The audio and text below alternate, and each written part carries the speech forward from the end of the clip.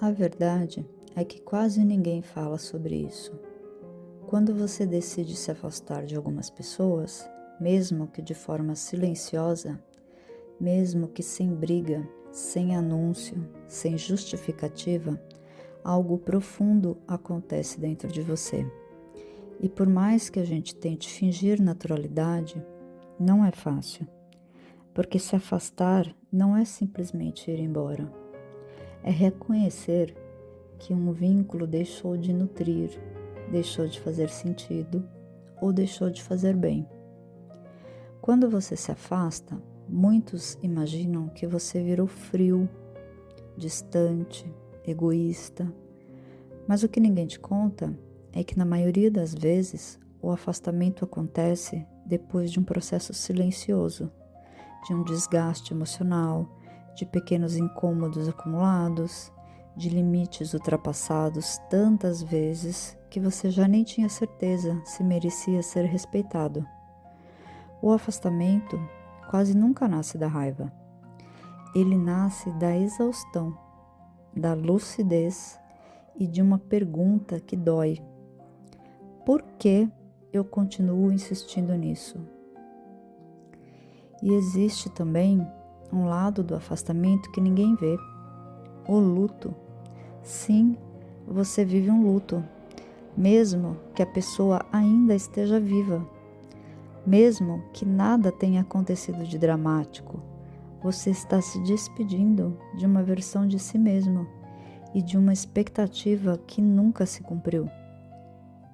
Ninguém conta que em silêncio você revisita conversas, se pergunta se exagerou, se culpa, se questiona. E esse processo é emocionalmente pesado, mas ele parece pequeno demais para ser dito em voz alta. Por isso, você vive calado, você sente calado e se cura calado. Crescer emocionalmente não é bonito. As pessoas falam sobre evolução, mas elas não mostram a parte em que você percebe que alguns vínculos eram baseados em dependência e não em amizade. Você nota que dava mais do que recebia. Você entende que amor sem reciprocidade vira desgaste e você enxerga que a sua presença estava sendo mal distribuída. E essa clareza dói, e dói muito. Dói porque você percebe que para continuar crescendo, você vai ter que deixar para trás algumas pessoas que não querem ou não conseguem caminhar com você. Ninguém te conta isso. Ninguém te prepara para esse tipo de solidão. Um outro ponto silencioso é a culpa. A culpa de se priorizar, a culpa de parecer insensível, a culpa de não corresponder mais às expectativas antigas. Mas existe algo importante aqui. Você não é responsável por carregar vínculos que machucam o seu emocional. Você não é obrigado a permanecer onde não existe troca, respeito, limites ou crescimento. Se afastar também é um ato de amor próprio. E amor próprio, de verdade, exige coragem.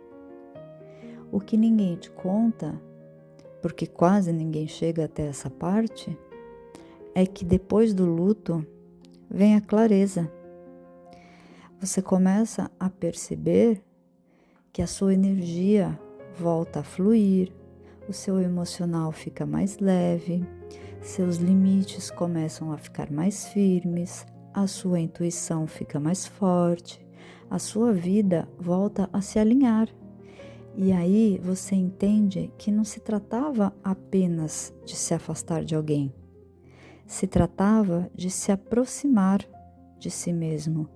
E isso muda tudo. A verdade é simples. Nem todo afastamento é uma perda.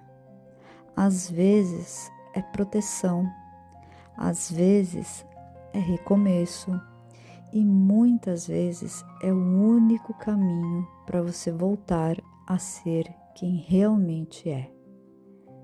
Se afastar dói e dói bastante, mas continuar, onde você não é respeitado dói bem mais.